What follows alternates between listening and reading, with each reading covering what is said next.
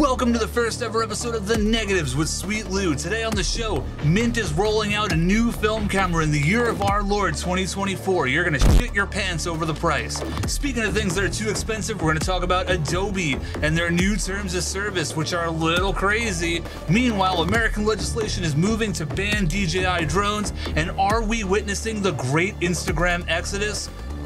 Probably not, but we're gonna talk about it anyway. This month's episode is sponsored by me because no one is brave enough to sponsor this channel. Mint is a company that makes a bunch of instant cameras, and they are rolling out the Rollei 35AF. That's a good one, Lou. They have a waiting list on their website. You can sign up, you can get information about it, and the camera is allegedly coming out this year. The design of the camera is, of course, based on the Rollei 35, which is a legacy film camera that a lot of people really love. I've never used one myself, but I've heard a lot of good things about it. Mint is definitely giving the camera a fresh coat of paint. There's a LiDAR autofocus system, there's a full automatic mode, there's a built-in flash. A lot of these features seem to be geared towards beginners, which is really cool. Metal Fingers has a video breaking down the camera in depth. I'll link that below because I'm not getting into all that stuff here. Forgive me for not being super hype about this camera, but I kind of have two things that are shit in my ramen right now. First off is the price, and we'll talk about that one in just a second, but the other thing that's really kind of getting to me is that I'm getting a lot of like Yashica vibes. I know I just made the Yashica video, so maybe it's on the brain, but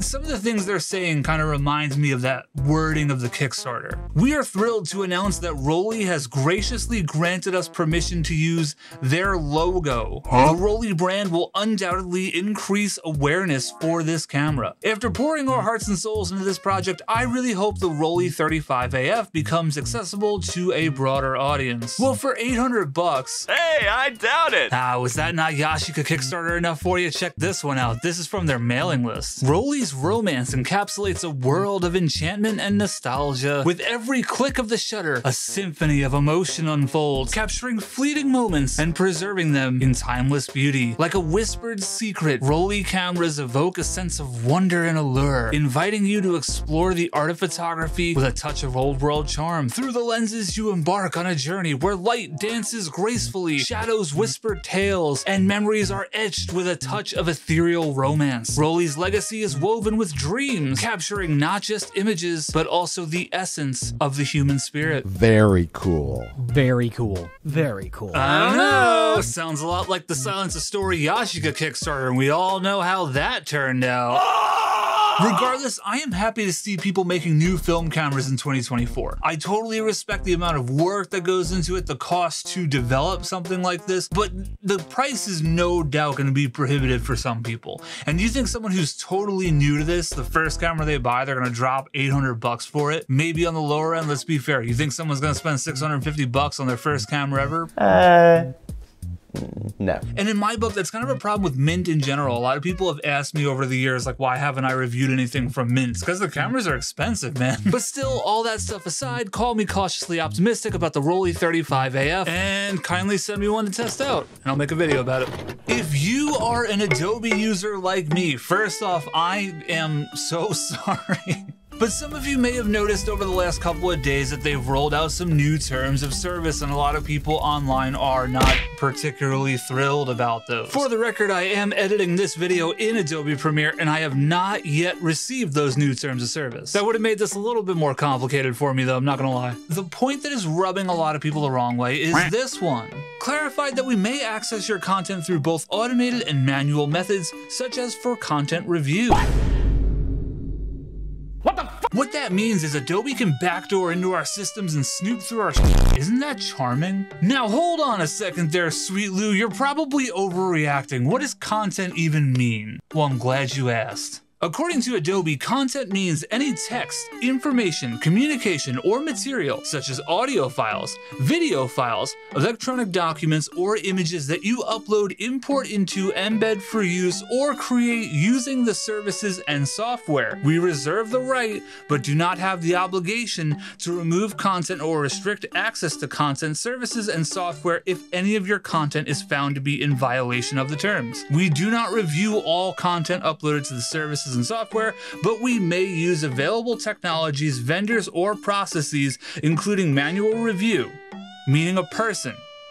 I lost my place. The section that really makes me uncomfortable is 5.3. We're your new dad. By using our software, you grant us exclusive rights to marry your mother and become your new father. Your old dad has to leave. You agree to call us dad or I saw this on Twitter and I just thought it was funny. Now, many people assume that Adobe wants to get their grubby little fingies on our footage so that it can help train their AI stuff, and fair enough, but to me, it sounds like this whole thing goes a lot deeper than that. And if you need any evidence of that, look no further than section 4.2. Solely for the purposes of operating or improving the services and software, you grant us a non-exclusive, worldwide, royalty-free, sub-licensable license to use, reproduce, publicly display, distribute, modify, create derivative works based on, publicly perform, and translate the content. The obvious concerns instantly popped up, right? Privacy, hardly know her, you know what I mean? What about people who work under NDA? What about people who are contracted to not talk about a camera before it comes out?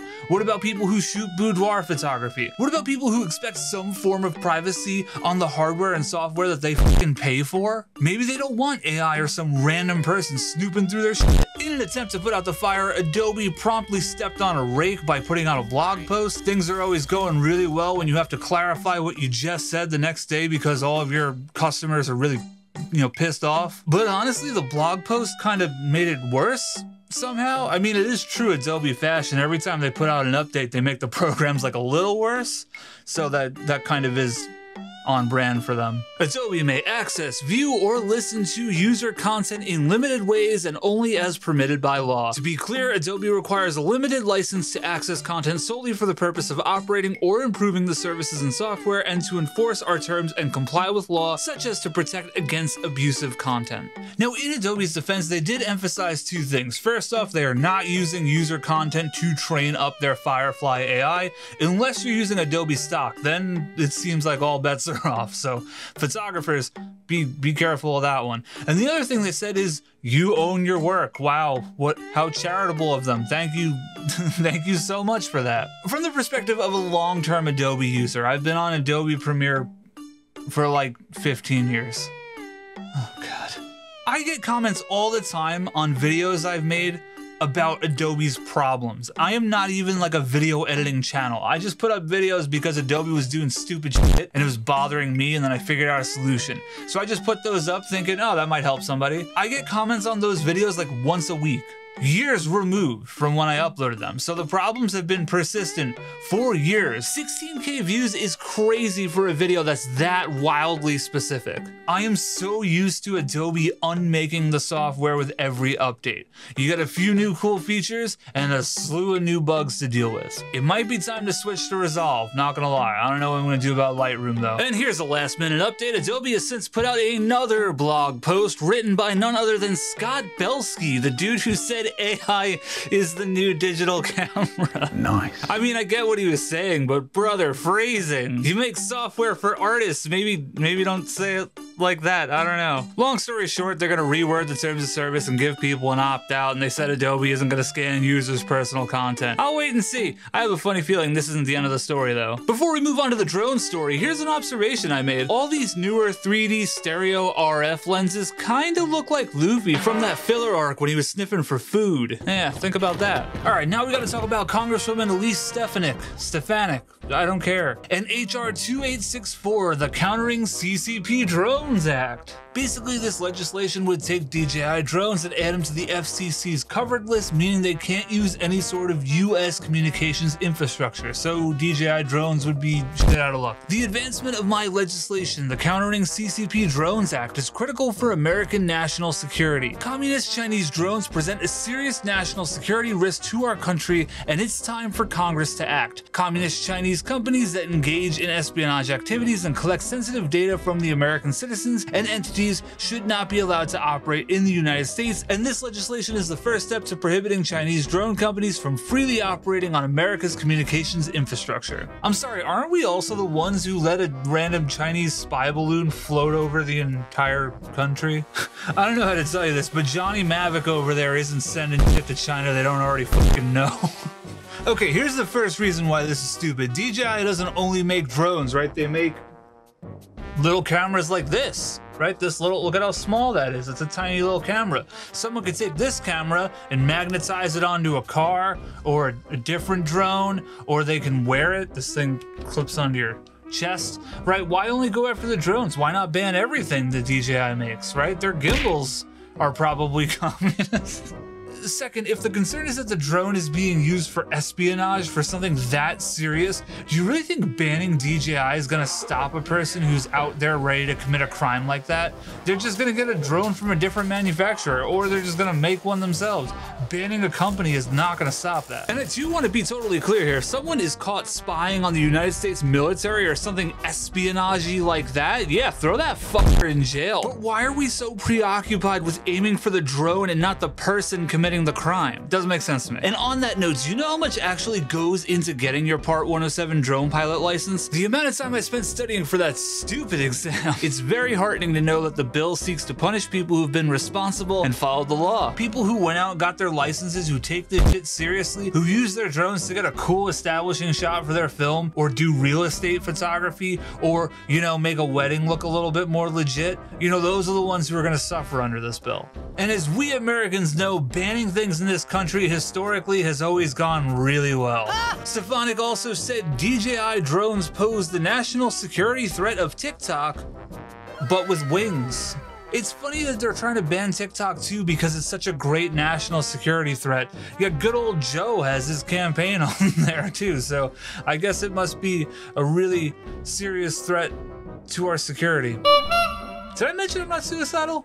Before I hit the mic, before we hit our last story of the day, this episode's question comes from Jacob. And Jacob asks, which pant leg do I put on first? And I gotta tell you, I had to run in the other room to do it because I didn't know off the top of my head. It's my right leg. I put my right leg in first. And you can ask me a question for the next episode on my Instagram. Make sure you go follow me there. Are we witnessing the great Instagram exodus? This all started because Meta is using your public Facebook and Instagram content to train its AI. If you've been messing around with the Meta AI chatbot, guess what? You're also training it with those messages. They're not using your DMs though. Right.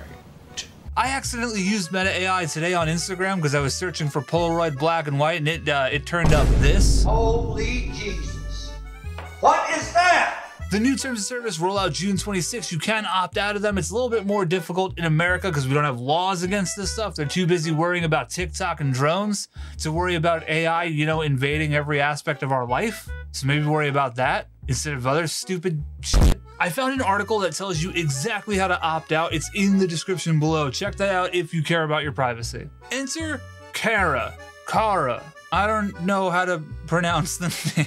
Cara isn't super new. It's an app that's been around for like a year or so, and it's very artist forward. And that strategy really seems to be working out for them, considering they've gotten, at the time of this recording, about 500,000 new profiles in the last month. It might have something to do with the fact that Cara isn't constantly blasting you in the face with ads on your timeline and when you're scrolling, which Instagram, by the way, is testing the idea of unskippable ad blocks, which is just wonderful. Oh, good.